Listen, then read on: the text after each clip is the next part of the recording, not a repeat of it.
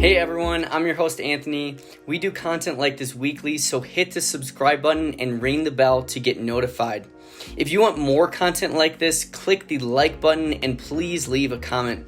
Thanks again for watching. Hey everyone, thanks for joining us today on the Root Cause Medicine podcast. Today we have Dr. Brandy Zachary. Dr. Brandy Zachary has a really great background. She discovered the power of functional medicine firsthand when a mystery illness left her declared permanently disabled and stuck in the hospital every 3 weeks, costing $720,000 each year. Unwilling to accept that diagnosis, she fought back to regain her health and then launched Body Love Cafe in 2016, which is an award-winning holistic health clinic with multiple practitioners serving a worldwide audience. She's also the lead instructor for the Functional Medicine Academy and has completed extensive postgraduate coursework. Dr. Brandy Zachary is a functional medicine doctor, clinic owner, practitioner, trainer, and instructor, lab analysis software developer, speaker, and award-winning author. So thank you, Dr. Zachary, for joining us today. And in case I missed anything in your background, please just fill us in and let everybody know a little bit about your background and area of expertise. Oh, thank you so much. It's a pleasure to be here. You covered a lot. I think I would just say that one thing that maybe sets me apart in some situations is I understand what it is to be the patient. So everything I do as a practitioner and a teacher and a trainer and a writer really comes from that patient perspective, because I've been there where we didn't know what was going on and you're struggling and not feeling well, or you're bounced from practitioner to practitioner and you're not getting answers. So luckily, I was in a situation where I could go back to school, figure them out for myself, but not everyone is in that situation. So it's definitely part of, my purpose is to make this knowledge accessible to all and really explain it in simple, easy language so we can all be informed and, have better quality of life and better conversations with all of our practitioners. That's great. I agree. It's so important. So many people struggling nowadays with no resolution in sight. They don't have any answers. So having that experience, I'm sure, lends you an upper hand and just a better connection with your patients. So that's really great. So Dr. Zachary, let's jump right in here today. And, we want to talk about food sensitivities because it's so rampant in today's population. So many people develop them, have them, and don't even know that they might have them. So when you're looking at the root causes of food sensitivity with your patients, what are the common things or sources that you usually find? It's such a good question, because answering that, I think, really explains why we're seeing more and more food sensitivities. And research has shown that not only are we seeing patients reporting it more, so that it's a higher level of it getting reported, but they are actually increasing. So both situations, what patients experience and what is happening is increasing. So then why? Well, there's several different types of root causes that we know of, and I'm sure more to be discovered. What we've learned about the microbiome, the gut, it's like a friendly and sometimes unfriendly forest in there, right? Lots of different animals and creatures in there. We share that space with them. We need to get along.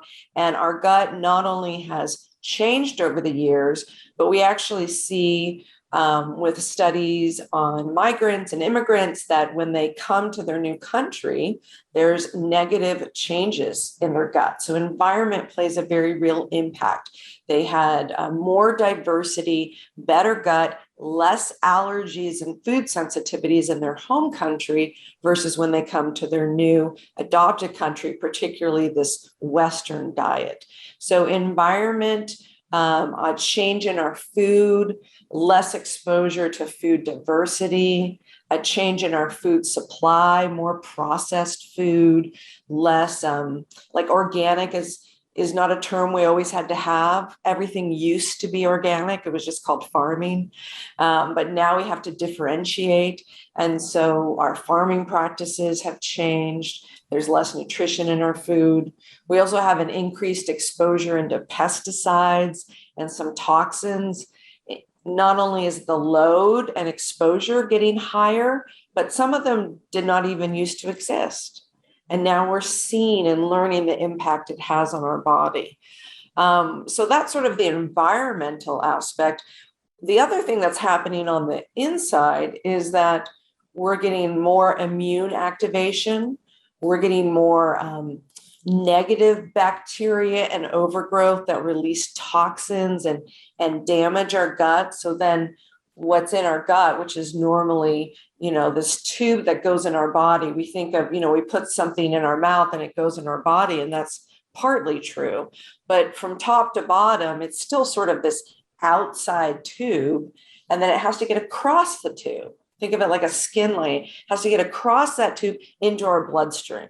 And when it gets in our bloodstream, then it really goes everywhere, right?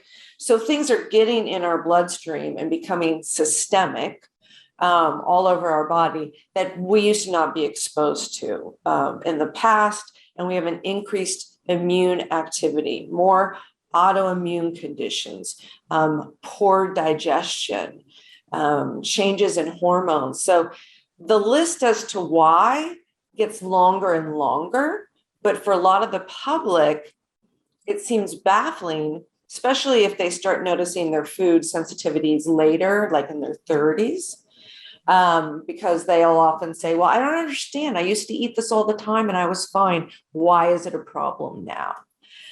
So sometimes it wasn't hitting a threshold that they registered.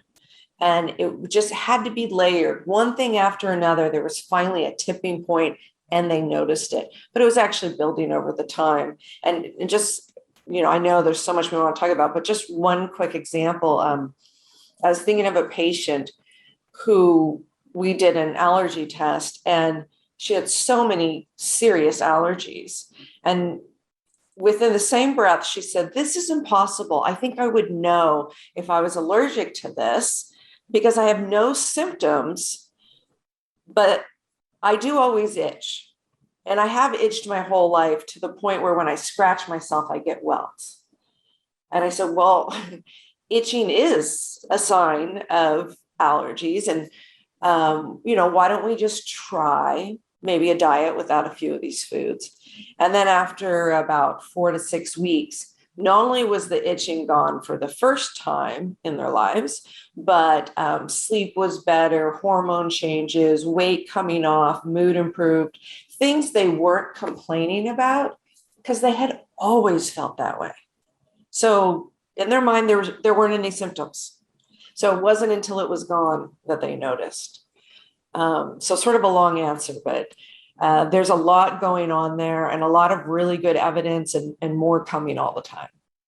No, that's amazing. You had some really, really great points here, and we're going to be diving so deep into this topic today. So I'm excited for this.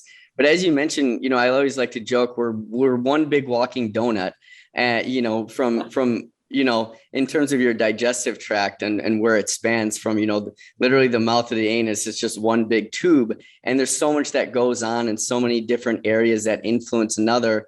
And there's that famous quote of you are what you eat. But I think as you were discussing, we are what we absorb and break down, truly. And so if we're lacking a lot of that, as you were explaining, even food sensitivities can develop from that. So, how common do you think these food sensitivities really are, though, in the population? As you mentioned, you have a lot of patients, but can you dive a little bit deeper into that?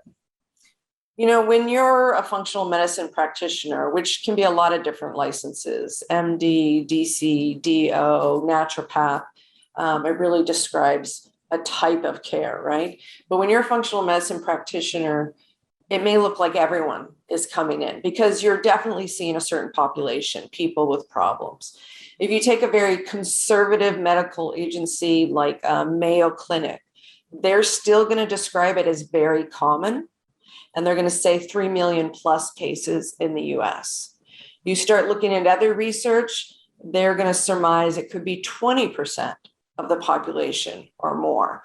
Now, you're getting into over 1 billion people on the planet. So it's really, really quite common. And especially as we talk a bit more about the different types, if you look at all of the types, very, very prevalent.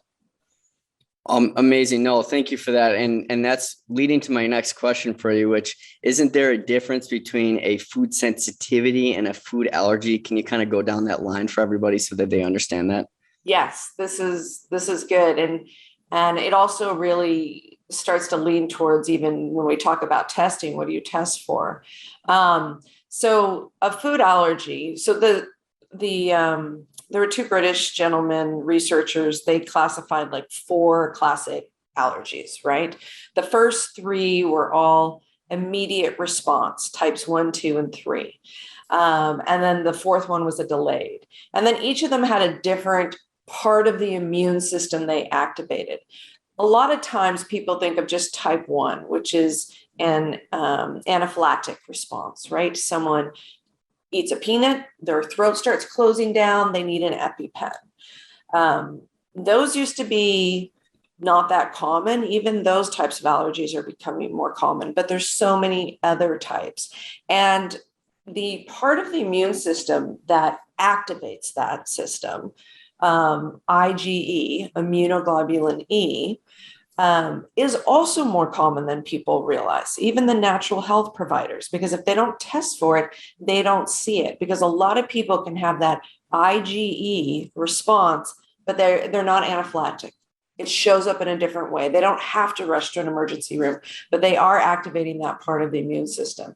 So that IgE immediate response can show up anywhere from immediately after consuming a food, touching, breathing, and environmental exposure, to 24 hours later.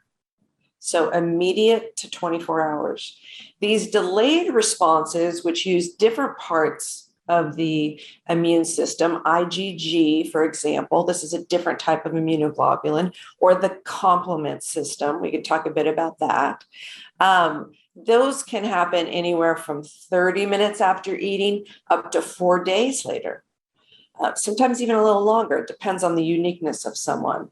So in practice, and for the patients that might be listening, you might go to your doc and say, it's Thursday afternoon. I feel miserable. I feel like I'm having an allergic reaction. I'm all inflamed. My skin's itchy. I have a headache. I hate my spouse. This happens when I have an allergic reaction. But I ate perfectly today. I ate perfectly yesterday. Why is this happening? And they don't realize it's what they had for breakfast on Monday. It's a delayed response. So we have to really, we have to have good, helpful testing. We often need food journaling, not that you have to do it forever, but to sort of pinpoint what it is that's contributing to this to know. So you mentioned there's different types of the allergic reactions, about approximately 4. Do you think that they're all, or are they all related to food then? Can they all be related to food in this sense? They can actually. All 4 can come from food. And what separates them is the length of time. So the first 3 immediate, the 4th is delayed. And what is involved? The first one is that IgE response. The next 3 are going to be IgG or IgM. And the third one involves more of the, the second one involves complement. The third one involves like this antigen antibody binding. So, it's helpful in research to delineate that. A lot of time in practice, you don't necessarily delineate in that way. You just look at, do we have an immediate response and an IgE allergy, or what we call a true allergy? Or do we have an IgG response, a food sensitivity?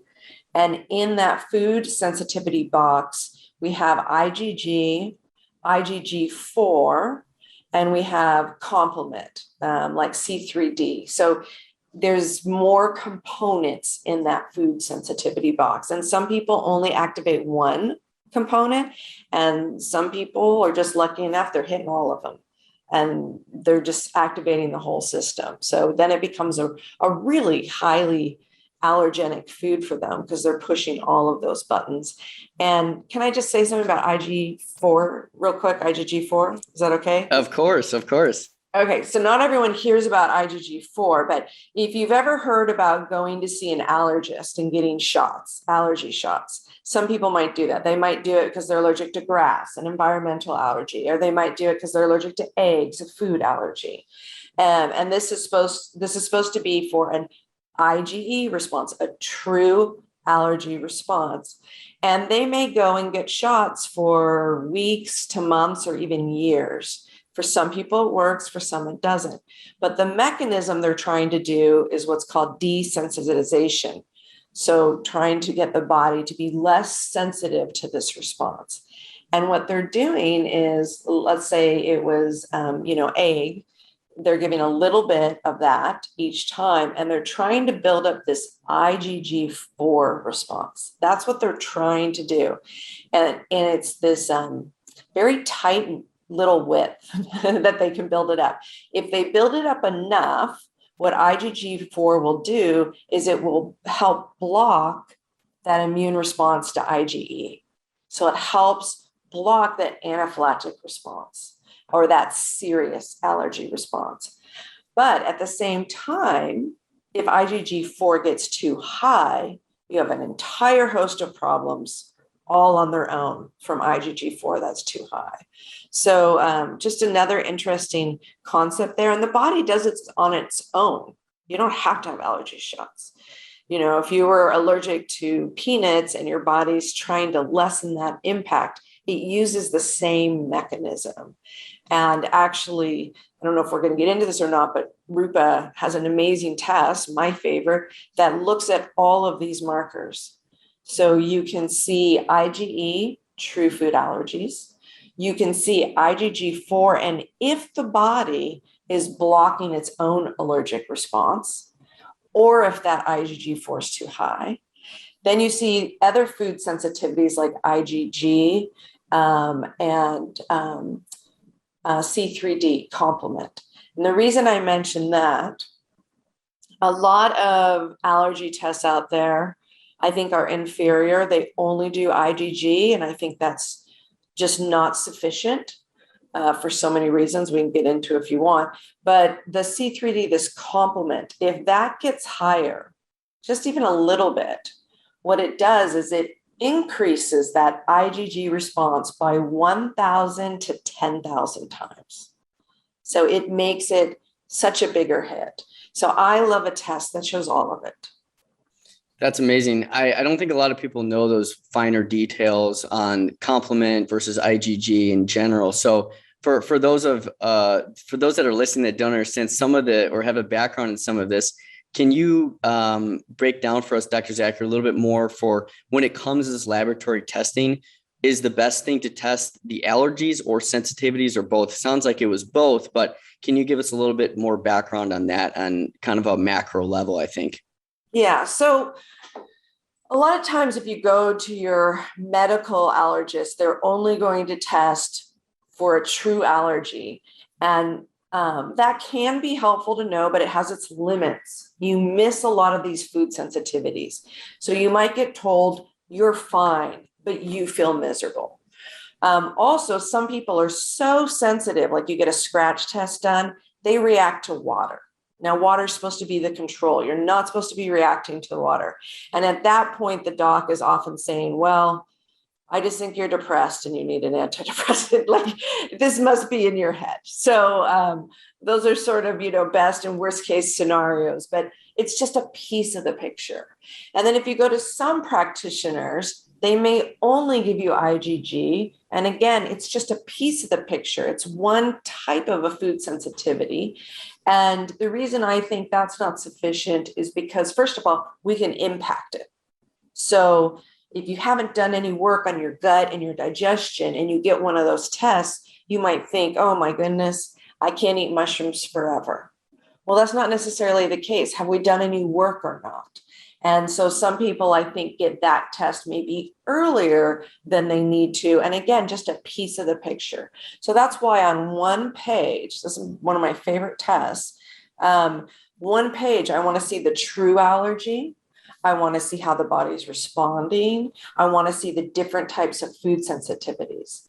And then when you get that as a patient, you're going to have like red and yellow and green all over it. It's high, it's low, it's moderate. How do you make sense of it? Well, that favorite lab I was talking about, that you guys have, it does this thing where it ranks it. So it actually takes all of that information, so you don't have to go crazy thinking about it, uses an algorithm and ranks it as far as immune responsiveness.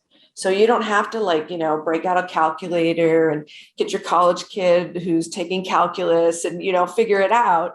It literally will tell you, this is the number one food your body is freaking out over. Here's the number two food you're freaking out over. And then you want to know that because one of the best things you can do is an elimination diet where you cut it out and give your body a break. And this is to allow for healing. And the other reason I like knowing all of those types of allergens is because, they respond in a different way. So what we call the half-life, when you take a drug, there's a half-life. It's how long it takes that drug to clear your body. Well, it's the same thing with these allergens. When you cut them out, the half-life to clear that negative response, to clear that inflammation is about 21 to 23 days. So that's why most elimination diets are a month. Now, I try to encourage my patients to do at least 6 weeks. Let's just go all the way. Some of them are willing to even do months. Great. But if I can get them to do 6 weeks and really not have that irritant, allow the body to heal. Because just think about it. If someone's just sort of knocking at you and poking at you all the time, it's going to bother you. It's going to make you crazy, right? So your body needs to stop being poked at for a little bit. And then during that time, besides just giving the foods and the poking a break, what else can you do? Supplements, lifestyle. What else can you do to encourage healing of that digestive tract? I consider that the best way to go about it. And then you can reintroduce those foods. And when you reintroduce those foods, it also helps to know, again, as a patient, it doesn't matter if you understand all this, your practitioner should explain it to you. These 4 foods, when you introduce them, if there's a negative response, you're going to notice it within a day, right? Because it was that IgE response. And then these 6 foods, when you reintroduce them, we really need about 4 days to see if you have a response because it's that delayed hypersensitivity response. So that's how the practitioners use that information from the lab. And then the, patient experience is, let me cut some things out. Let me get rid of some inflammation. Let me work on a little bit of healing. And then when I reintroduce them, what's my experience as I bring them back in? Very interesting. And I'm sure we all want to know, what is the lab that you really like using? And is there a couple different labs that you've mentioned here today that you like to give to your patients that you'd recommend people get for food sensitivities and allergies? There's a lot of good ones, but the one that I found the most complete that doesn't add on you don't have to pay a lot of extra cost to get additional markers or things like that is called the Advanced Intestinal Barrier Assessment. We always call it AIBA, AIBA. And we order that through Rupa Precision Point. We've used it for years. They just do a really I gave you the leaky gut test.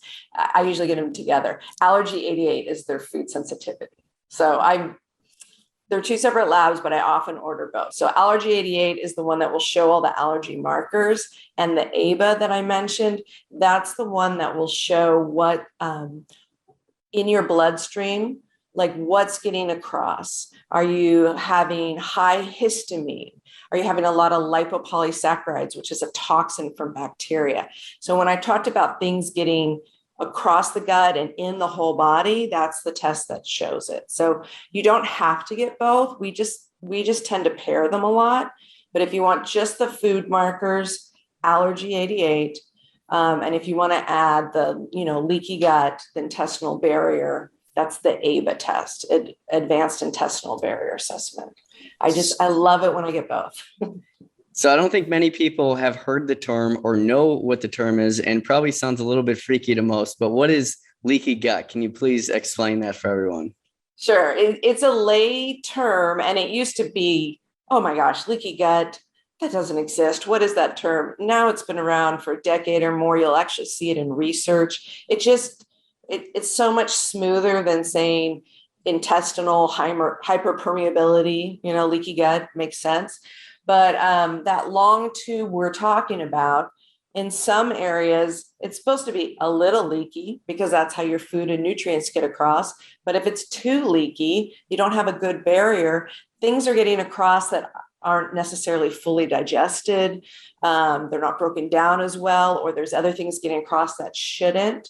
And then when it gets in your bloodstream, your body says, oh my goodness, foreign invader, bring in the army. And now you have this immune response. And really, that mechanism, that is part of autoimmune conditions. That is happening in autoimmunity. So anyone who's worried about autoimmune issues or has it in the family or has received a diagnosis, go backwards, look at the gut, look at your barriers. And one of the ways I just sort of describe this, tube when I'm talking to patients is I say, it's this big, long tube, but a different environment. It's like going through school.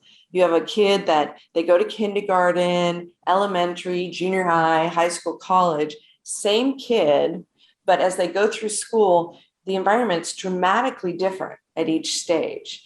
And that can create a challenge because we might have one problem in our stomach and maybe a different problem in our small intestines and maybe a different issue in our colon. And we can't just isolate it. We can't just say, I'm going to take this and I want you to go to the small intestines, but not you. I want you to skip everything and just hit the colon. We can't divide these guys into separate rooms. So it's helpful to know you want a practitioner who's really well-versed in gut health. So same tube, different environment in each one. And sometimes the issues and even the diet needs can be different in different parts of that tube. So gut health is a blast, a lot of fun to work with, and really something, just everyone in America, quite honestly, needs to be aware of because of how our food supply has changed. It's really the key to a lot of these chronic lifestyle illnesses we face that are plaguing our country, and a lot of the symptoms of diabetes and heart disease and cognitive issues, mood issues, behavioral issues, sleep issues. That's where you want to really, really be looking at things. So true. I agree. And another analogy I always like to use for leaky gut to help people understand is if you imagine you leaving your screen door open on a hot summer day and there's a bunch of holes in the screen door and bugs just start flying in, it's going to start creating more and more issues. And that is similar to food sensitivities and foods crossing that barrier in the gut, creating that immune response, and over time, those further food sensitivities and autoimmune disease, as you mentioned. So really important topic, I think. And as that relates to other body systems, there's a lot of people that talk about the brain gut and gut brain connection. Can you explain to everyone kind of what that means, how those are related? And how do you think, or if you think this has anything to do with food sensitivities? Okay, yes, absolutely. I love that screen door analogy. So just like we want to have good barriers in our gut, we want to have good barriers in our lungs and in our brain, these other areas in the body. And usually when one is a little damaged, you'll see issues with the others. So there's so many ways food impacts the brain and food sensitivities. A lot happens with what's called the vagus nerve, and not like Vegas where you go to party and eat a buffet, but vagus, it's the only cranial nerve that leaves the brain. It stands in Latin, it means wandering nerve. So all these other nerves they saw in the brain, here's this one that just left and it went to like the heart and most of the organs in the gut. So they named it vagus, VAGUS, wandering nerve. But we've had great science. I used to give this to my patients, by the way, until they told me, this is boring. We just like your description. Stop giving us the actual research. But it was really revolutionary when we saw the connection between the brain and the gut via the vagus nerve. And one of the most fascinating parts is about 10% of that communication is from the brain to the gut and 90% from the gut to the brain. So the vagus nerve is like your informational superhighway based on what you eat, your food sensitivities, your immune response back up to the brain. Other ways that the gut and brain communicate with one another is a lot of these food sensitivities, they contribute to that forest I was talking about, that ecology in your microbiome in your gut. Is it in balance? Is it out of balance? And those little critters in there, they communicate to the brain. So they actually make most of your neurotransmitters, like serotonin, for example, your feel-good hormone. So they make and consume a lot of neurotransmitters. So that's very important.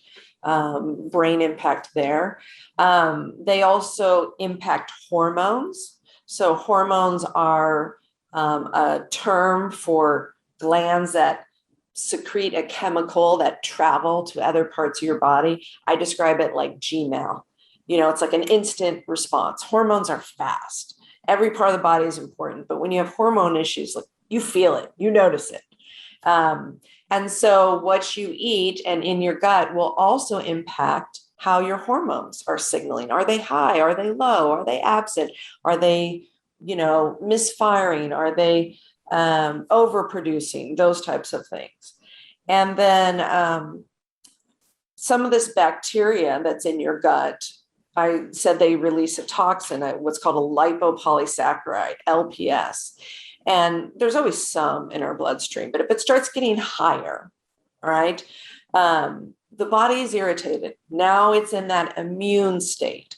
It can absolutely lead to an autoimmune condition, but also those lipopolysaccharides directly influence brain health and a lot of other conditions in the body. They can make you feel absolutely crummy. They can cause brain fog, cognitive decline. They play a role in Parkinson's, obesity, type 2 diabetes, anxiety, depression. Depression's largely a condition of inflammation in the brain. And so, back to food sensitivities, if you're constantly getting poked and irritated and your body's inflamed, one of the ways it can show up is depression or anxiety. And some people, they're more prone to certain pathways, right? They have a food sensitivity and it shows up as a migraine for them every time. And someone else, it's a rash, and then they start getting eczema. Someone else, it's acne. Someone else, it's depression, or they're irritable, they're angry. Someone else, it's weight gain.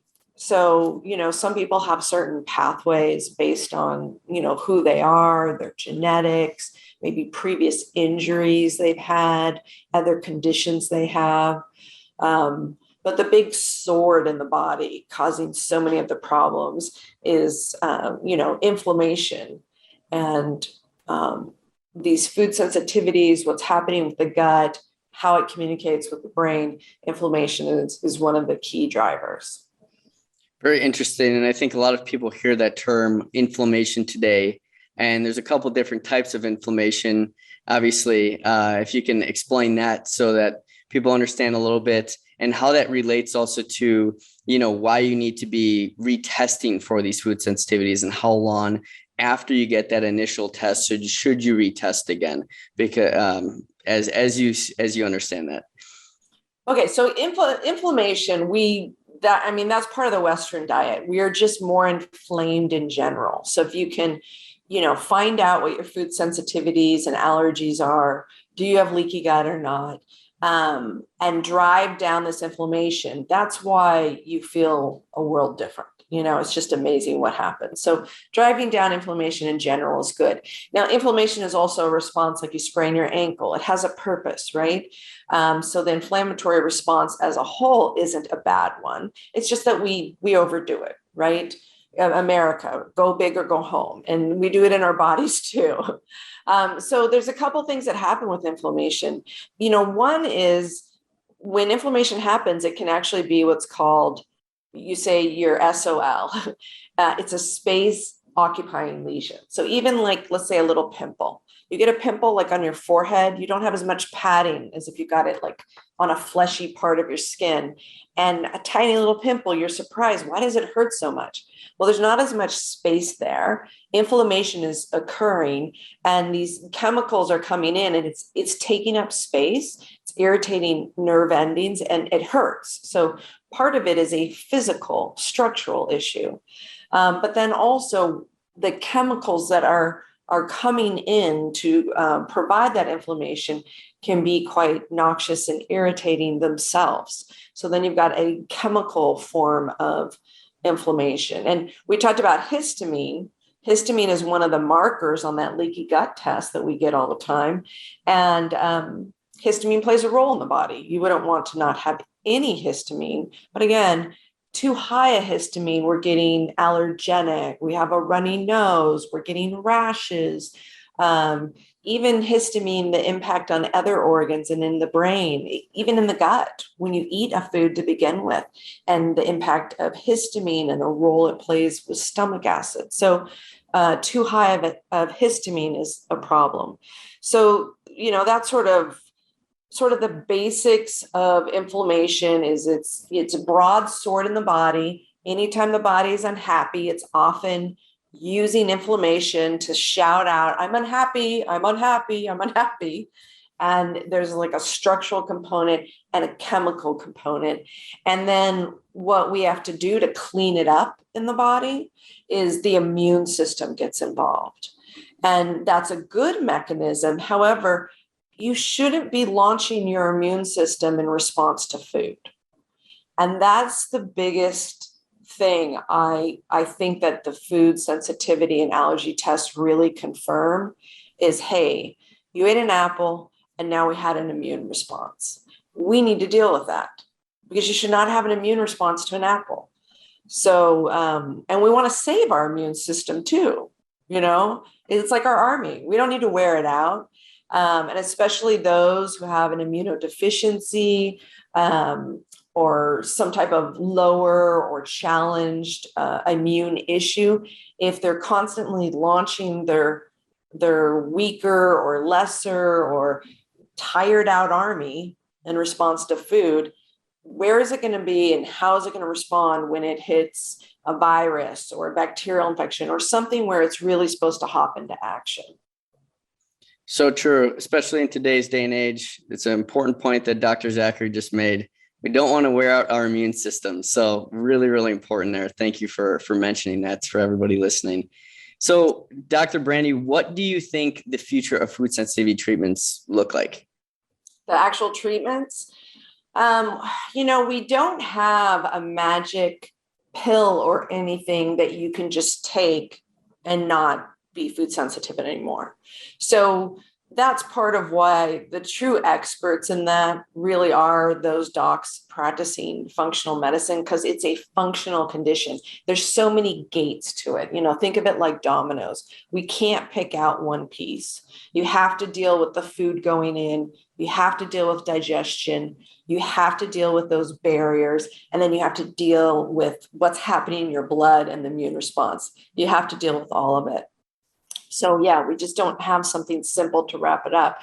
So right now, the best mechanism we have is, get rid of the offending agent, even temporarily, and then try to give the body some rest and heal the structural areas in the body, right?